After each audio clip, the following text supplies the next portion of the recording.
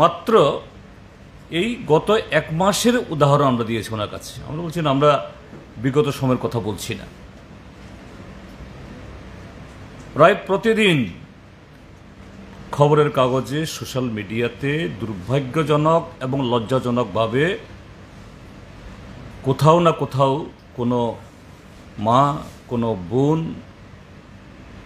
কোনো নাবালিকা, কোনো মাসুম কন্যা তার শ্লীলতাহানি, নির্যাতন ঘটনাগুলি ঘটছে।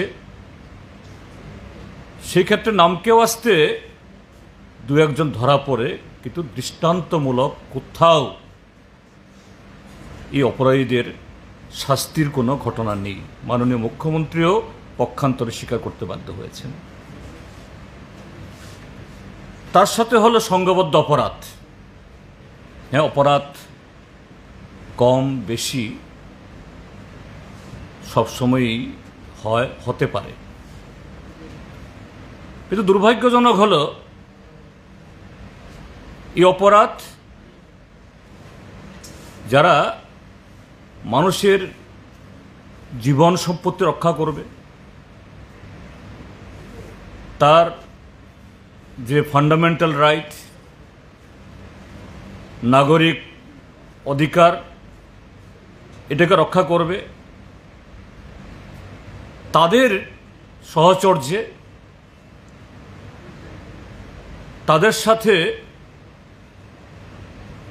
মানে একেবারে সেরকম কোলাবোরেশনে বা কনাইভান্সে ঘটনাগুলি ঘটছে। আমরা বলেছি যে মাননীয় মুখ্যমন্ত্রী, আপনি বলছেন সন্ত্রাসমুক্ত ত্রিপুরা করতে চাই। শুধু আপনার সামনে না, আপনার পেছনেও আমরা আপনার এই বক্তব্যকে আমরা সমর্থন করি। আমরা বলেছি এবং আগামী দিনেও বলবো। আপনি মাঝে মধ্যে কোনো কোনো এই অনুষ্ঠানে গিয়ে বলেন এই যে চাঁদার জুলুম মানে বরদাস্ত করা হবে না, খুন জখম এই সমস্ত রেহাই পাবে না কেউ। কিন্তু আপনার এই বক্তব্য, আপনার মুখশ্রিত যে আওয়াজ, তার যে পরিধি অল্প পরিধির মধ্যেই সীমাবদ্ধ থেকে যাচ্ছে, সে বেসারদের বাইরে গিয়ে পৌঁছচ্ছে না। ধন্যবাদ দেব মাননীয় সাহেবকে যে উনি বলেছেন, আমার কথাটা ধরে উনি বলেছেন, কি বলেছেন, যে এখানে আমাদের সন্ত্রাস মুক্ত ত্রিপুরা আমরা তৈরি করতে চাই। আমি একবার বলেছি, মনের থেকে বলেছি, এবং উনি আমাকে বলেছেন যে ভিতর থেকে আপনি বলেছেন, এর জন্য ধন্যবাদ। কেন বলেছি, এত বছর ধরে 35 বছর ধরে ধরে ধরে এইভাবে সন্ত্রাসে যে একটা অবস্থা এখানে পড়েছে, এতে কিন্তু বেরোতে আরো সময় লাগবে। আমরা বারবার বলছি, সংখ্যাটা আপনারা দেখুন কোথায় এসছে, অনেক কমে গেছে। তারপরে এখানে আলোচনা উনি করতে অনুমতি দিয়েছেন। আপনাদের অবগতির জন্য আমি জানাচ্ছি যে বিলুনিয়া দক্ষিণ ত্রিপুরা জেলায় বাদল শীল যে হত্যা ঘটনার পরিপ্রেক্ষিতে শ্রীরামপুর আউটপোস্টের সাব ইন্সপেক্টর রূপেন্দ্র দেববর্মা শতপ্রণোদিত হয়ে উনি এটা ওখানে মামলা করলেন, এবং সেই মামলার পরবর্তী সময়ে উনি নিজে করেছেন, কিন্তু সেই ইন্সপেক্টর সুমোটো করেছেন। পরবর্তী সময়ে উনার যে পরবর্তীতে বিস্পল্লবী শীল, খুব সম্ভবত ওনার রিলেটিভ হবেন, উনি উনার যে বিস্পল্লবী শীল, উনি যখন ওখানে অভিযোগ করেন, এফআইআর করেন, সেখানে 7 জনকে উনি মামলায় মানে আসামি হিসেবে অন্তর্ভুক্ত করেছেন। এখন পর্যন্ত একজনকে অ্যারেস্ট করেছে, চেষ্টা করছে। সব জায়গায় আপনারা দেখছেন, আমি তো বারবার এখানে মাননীয় বিধায়ক সুবিধায় বলবেন এখানে ছিলেন, আমার মনে আছে গোমতী জেলা আমি যখন যাই, উনি আমাকে নিজে ফোন করেছেন। এক জায়গায় উনি আমাকে বললেন যে কাকরাবনে আমাকে গোলাপ ফুল দিয়ে সবাই স্বাগত জানিয়েছে। একটু বাদে উনি বলছেন আমাকে যে আমার সবসময় পায়ের মধ্যে উনার ইট লাগে, প্রায় সমিতি তো পায়ের মধ্যে প্রচন্ড ইট পড়েছে।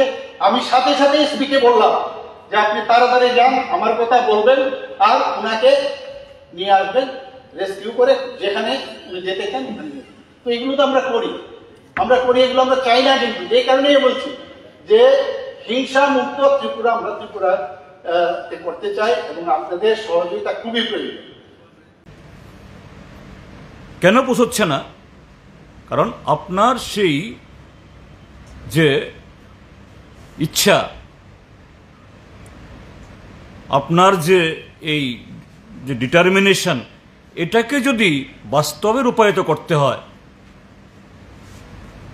যে মেশিনারি আপনার এই বক্তব্যকে মান্যতা দেবে, তার গ্যারান্টি তৈরি করবে,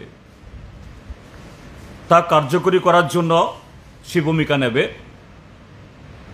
তাদের সক্রিয় করতে হবে, তাদের ভূমিকা দেখতে হবে। গন্ডাছড়া পুলিশের পদস্থ অফিসারদের চোখের সামনে শত শত নিরাপত্তা কর্মী তাদের উপস্থিতিতে সারা দেশ দেখেছে দোকান পাট বাড়ি ঘর জ্বলছে, পুলিশ দাঁড়িয়ে দাঁড়িয়ে যেন তামাশা দেখার মতো সেখানে সাক্ষী গোপল দাঁড়িয়ে থাকছে। কৈত্রাবাড়ি বলেছেন সেখানে অভিযোগ শুধু পদস্থ পুলিশ অফিসার না, একজন সাংবিধানিক ব্যক্তিত্ব, তার সম্পর্কেও অভিযোগগুলো আসছে। তারপর এই যে মব লিঞ্চিং, গতকালই আমি চালাগাঙে আপনাদের এই পত্রিকায় খবর ইত্যাদি পড়ে তার প্রকৃত ঘটনা কি এটা দেখার জন্য এবং নিজের কানে শোনার জন্য, সেখানকার মানুষের কাছ থেকে তথ্য নেওয়ার জন্য আমি গেছি। মানে একটা অবিশ্বাস্য, অকল্পনীয়, অল্প এই নাবালিকা হোক বা সাবালিকা, অর্থাৎ 18 বছরের কম বা 18 বছরের বেশি কোনো মেয়ে যদি আরেকটা ছেলের সাথে সহমতে বাড়ি থেকে পালিয়ে বিয়ে করে, সেই বাড়ির অভিভাবকরা যদি পুলিশের কাছে অভিযোগ করে আমাদের ঘরের মেয়েকে এইভাবে অপহরণ করে নিয়ে গেছে, হ্যাঁ পুলিশ তদন্ত করবে, খোঁজ করবে, তাদেরকে উদ্ধার করার চেষ্টা করবে, তাদের বয়ান নেবে এবং আইন অনুযায়ী ব্যবস্থা গ্রহণ করবে। নতুন বাজার থানার পুলিশ তাৎক্ষণিকভাবে সক্রিয় হয়ে গেলেন, রাত 2টাতে পৌঁছে গেলেন সাবরুমের হরিণা নামক এক জায়গায়। এই ছেলে এবং মেয়েকে উদ্ধার করল, সঙ্গে সেই মেয়ের বাড়ির লোকজন, এবং সেখান থেকে এই ছেলে এবং মেয়েকে নিয়ে এসে রাস্তায় এক দফা অমানসিকভাবে তাকে পেটানো হলো, তার শরীরে মানে কি দিয়ে ইঞ্জেকশন ঢুকানো হলো, নতুন বাজার থানাতে লকআপে পড়ল। আবার পরদিন সে ছেলেকে বলছে তুমি বাড়ি চলে যাও, মেয়েকে তার পরিবার হাতে তুলে দেওয়া হলো।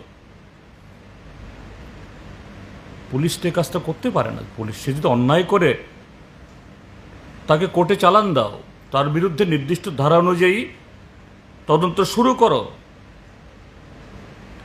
এবং পুলিশের থানা থেকে ছেড়ে দেওয়াটাও এটাও সেই বাড়ির মেয়ের বাড়ি এবং সেখানকার প্রভাবশালী লোকেদের তাদের অঙ্গুলি হেলনে, তাদের নির্দেশিকায়, এবং থানা থেকে বের হয়ে আসার পরেই এরা আবার ধরে নিয়ে গিয়ে এমনভাবে পিটিয়ে আদমরা করে পাঠিয়ে দিল, সেখান থেকে তার পরিবার উঠিয়ে নিয়ে এসে চালাগাং হসপিটাল থেকে অমরপুর হসপিটাল, অমরপুর থেকে উদয়পুরের জেলা হসপিটাল, উদয়পুরের জেলা হসপিটাল থেকে আগরতলা জিবি হসপিটাল, এখানে এসে তার জীবনদীপ নিভে গেল। দুর্ভাগ্য যে এরকম অস্বাভাবিক মৃত্যু হলে, শরীরে এরকমভাবে জখম হলে কোনো হাসপাতাল এইভাবে তাদেরকে ভর্তি করে না।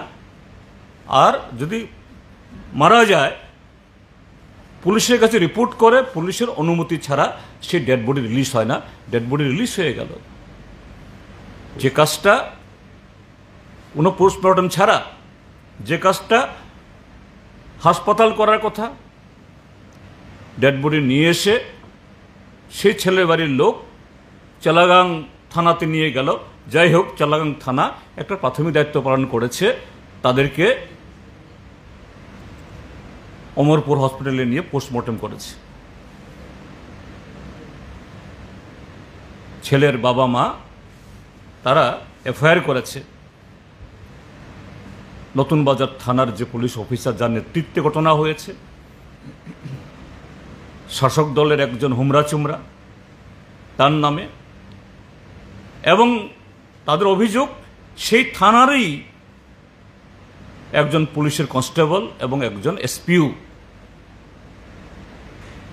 মেয়ের বাড়ির লোক আর পুলিশ মিলে থানার দারোগা বাবুর সামনে এই ছেলেকে, একটা জ্যান্ত ছেলে 21 বছরের গৌতম দাস, তাকে পৃথিবী থেকে সরিয়ে দিল। যেমনটা হয়েছিল উদয়পুরে অভিজিৎ দে শিক্ষকের ক্ষেত্রেতে, সেখানেও পুলিশের ভূমিকা, হসপিটালের ভূমিকা। মাননীয় মুখ্যমন্ত্রী বলেছেন, হ্যাঁ আপনি তো এই কথাগুলো বিধানসভাতে বলেছেন, আমি নোট করেছি। এগুলো শুনতে আমারও খুব খারাপ লাগে, কিন্তু আপনি তো খারাপ লাগে তো বলছেন, কোনো কোনো অনুষ্ঠানে গিয়ে আপনি নির্ঘোষ ঘোষণা করছেন, কিন্তু কোথাও একজন অপরাধীর দৃষ্টান্তমূলক শাস্তি হয় না। আর পুলিশের মধ্যে এ কতিপয় মেরুদণ্ডহীন ক্লিপ, যারা এইভাবে শাসক দলের পা চাটছে আর উচ্ছিষ্ট খেয়ে পেট ভরা করছে, এদের শাস্তি হয় না। কাজে অপরাধীরা মাথা উঁচু করে নির্ভয়ে সারা ত্রিপুরাজ্য ঘুরছে, যে কারণে এই যে গতকালও হলো চলন্ত স্কুটি, তার উপরে আরোহীকে বেলাবরে কুপিয়ে মারল, সেই সুনামরা ঘটনা হলো। আমরা বলেছি নির্দিষ্টভাবে চালাগাঙ্গের সে ঘটনায় সে পুলিশ অফিসারের বিরুদ্ধে এবং মেডিকেল অফিসারের যদি কোনো ভূমিকা থাকে ব্যবস্থা নিতে হবে। তিনি বলেছেন, আমি দেখব, ব্যবস্থা আমরা নেব। অভিজিৎদের বেলায় তিনি বলছেন, আপনি নিজেই গেছেন, আপনি কথা দিয়েছেন। হ্যাঁ, আমি কথা দিয়েছি। তিনি আবার বলছেন, আমি দেখব। তো সেই জায়গায় আমরা কিন্তু আজকে কোনো রাজনৈতিক বক্তব্য, রাজনৈতিক কোনো ইস্যু নিয়ে আমরা যাইনি। যে এই রাজ্যে আইন শৃঙ্খলার যে কি চরম বিপর্যয়, সেখানে 40 লক্ষ মানুষ আতঙ্কিত, এই ইস্যুগুলো আমরা নিয়ে গেছি। ছড়া একটা হলো ঘটনা ঘটেছে পুলিশের একই কারণে, নির্লিপ্ততায়। এখন ত্রাণ বন্টনে গতকালই আমি গন্ডাছড়ে গেছিলাম, আমার কাছে বেশ কিছু লোক আসলো, স্যার আমি গন্ডাছড়া এর আগে সমস্ত বাড়িগুলো আমি ঘুরেছি সারাটা দিন ধরে, বৃষ্টি ভিজে ভিজে। আপনি দেখেছেন আমার বাড়ি একেবারে মাটিতে মিশে গেছে। আমি যৎসামান্য একটু অল্প সাহায্য করেছে, আর যার কিছুই হয়নি তাকে প্রথম কিস্তিতে 95,000, আবার 2 লক্ষ, আবার বলা হচ্ছে শুধু তা নয়, একই পরিবারের মধ্যে 2 জনের নামে স্যাংশন। এটাও মুখ্যমন্ত্রীকে বলেছি, আপনি তদন্ত করান। আমি কালকে বলে এসেছি, আমি মুখ্যমন্ত্রীকে দেখা করব আগামীকাল। তো কেন হচ্ছে এগুলো? যে প্রশাসনের ভিতরে আমার কমরেডরা বলেছেন যে এক শ্রেণীর সংবিধান বহির্ভূত ক্ষমতাবান লোক এমনভাবে তারা আঙ্গুল চালাচ্ছে, সেখানে প্রশাসনের একটা অংশ এদের কাছে মাথা নত করে দিচ্ছে। এই ঘটনা কোনো সরকারের পক্ষে, কোনো রাজ্যের পক্ষে মঙ্গল নয়। এটা যদি ঘটে, এই ত্রিপুরাজ্যের মধ্যে কোনো অর্থনৈতিক শৃঙ্খলা, আইন শৃঙ্খলা থেকে শুরু করে সব কিছুই একদম বিসর্জন হয়ে যাবে। আজকে সে জায়গায় করছি। তো এই ঘটনা, সর্বশেষ আর একটা ঘটনা বলেছি, এই যে কৈতরাবাড়ি ঘটনা হলো, আমাদের প্রতিবেশী দেশের মধ্যে সেখানে একটা উত্তেজনা স্বাভাবিক। সে দেশ নিয়ন্ত্রণ আমরা করতে পারবো না, কিন্তু সেখানকার উত্তাপ এখানে লাগে। সেখানে যদি কোনো রোগের প্রাদুর্ভাব হয়, কাটা তার সে প্রাদুর্ভাব আটকাতে পারে না। আমাদের এখানে যে প্রাদুর্ভাব আসে, এখান থেকেও সে প্রাদুর্ভাব যায়। তাইলে প্রতিবেশী হিসাবে আমাদের কিছু ক্ষেত্রেতে সংযত থাকতে হয়। আমাদেরও আমাদের জীবনশৈলীতে তার অনুশীলন করতে হয়। একজন মন্ত্রী ফেসবুকে পোস্ট দিয়ে দিলেন, আমরা আজকে বলেছি মাননীয় মুখ্যমন্ত্রীকে, আমি সঙ্গে সঙ্গে আপনার কাছে পাঠিয়েছি, এবং মুখ্যমন্ত্রী বলেছেন হ্যাঁ আপনি পাওয়ার পরে সঙ্গে সঙ্গে তাকে ডেকেছি, এটা এক্ষুনি ডিলিট করো। কিন্তু এই ঘটনাগুলো থামছে না। আমি শুধু এরকম সাংবিধানিক পদে অবস্থানকারী লোক তারা করছেন তা বলছি না, কিছু উদ্দেশ্য প্রণোদিতভাবে কিছু লোক এরকম আছে ছদ্মবেশে থেকে, তারা আমাদের এই মিশ্র বসবাস, আমাদের ধর্মীয়, সাংস্কৃতিক, ভাষাগত, এবং সামনে উৎসব, কাজে এই ক্ষেত্রেতে সরকারকে আরও বেশি যত্নবান হওয়া দরকার এবং প্রয়োজনে কঠোর হওয়া দরকার। বিশেষ করে এই সোশ্যাল মিডিয়া এগুলি করার জন্য রাজ্যের বর্তমান আরক্ষা দপ্তরের যে সাইবার সেল, এটা নামে মাত্র সাইবার সেল। শাসক দলের তাদের খাই মেটানোর জন্য মাঝে মধ্যে তারা উদ্দেশ্য প্রণোদিতভাবে কিছু লোককে ধরে, কিন্তু যারা এইভাবে সম্প্রীতি নষ্ট করছে, নানাভাবে উত্তেজনা তৈরি করছে, এদের বিরুদ্ধে এগুলো নিশ্চুপ, সমোটো এদের কোনো অ্যাকশন নেই। মুখ্যমন্ত্রী বলেছে, স্বীকার করেছেন, হ্যাঁ আপনি তখন সঙ্গে সঙ্গে দাওয়াতে ভালোই হয়েছে, তাকে ডেকে বলা হয়েছে, অর্থাৎ মন্ত্রী সুধাংশু দাসকে, এবং আগামী দিনও দেখবেন। কাজেই মিডিয়ার কাছেও আমাদের আবেদন, আমাদের আজকে এই মেমোরেন্ডাম বা দাবি শুধু সরকারের কাছে না, আপনাদের মাধ্যমে এই সারা রাজ্যের মানুষের কাছেও। ছোট্ট রাজ্য, আমাদের একসাথে থাকতে হবে, একসাথে বাঁচতে হবে। কাজেই আইন শৃঙ্খলা যাতে অবনতি না ঘটে, আর অর্থনৈতিক দিক থেকেও যে বিশৃঙ্খলা তৈরি হচ্ছে, এই ক্ষেত্রেতে সরকারের এই যে নির্লিপ্ততায়, তাদের কোনো ধরনের যে ভবিষ্যৎ সেরকম না থাকার কারণে, এই যে ফ্লাডের সম্পর্কে যা হয়ে গেল, কাজে এ সম্পর্কে মিডিয়ার তরফ থেকেও আপনারা সেরকমভাবে গঠনমূলকভাবে বিষয়গুলো আপনারাও তুলুন, আপনারাও বলুন। তাহলেই আমরা যে উদ্দেশ্যে আমরা গেছি, এই উদ্দেশ্য ফলপ্রসূ হতে পারে। ধন্যবাদ।